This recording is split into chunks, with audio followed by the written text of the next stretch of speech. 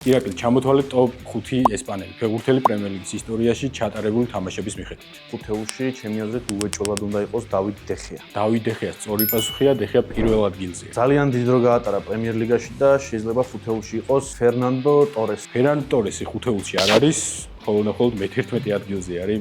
მაშინ ვიტყვი მის ყოფილ თანაგუნდელს პეპე რეინა. პეპე რეინა მე-5 ადგილზეა 297 თამაშით. მახსოვს რომ ძალიან დიდი ხანი იყო ჩელსიში სეზარ ასპილიკუეტა.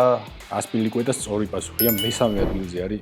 სესკ ფაბრეგას იქნება აუცილებლად არსენალში იმდენი დრო გაატარა და მე ჩელსიშიც. ფაბრეგასის სწორი პასუხია, დეხიას შემდეგ მეორე ადგილზე ესპანელი ნახევარმცველი. მიკელ არტეტა ხო არ არის მე-4 ადგილზე. არტეტა ძალიან ახლოს არის, მე-6 ადგილზეა და სულ რამდენიმე თამაშით ჩამორჩება პეპე რეინას, მაგრამ მაშინ მოდი მაყურებელს დავუტოვოთ ეს კითხვა, ვინ არის მე-4 ადგილზე ინგლისის პრემიერ ლიგაში ესპანელი ფეხბურთელი ჩატარებული მატჩების რაოდენობის მიხედვით.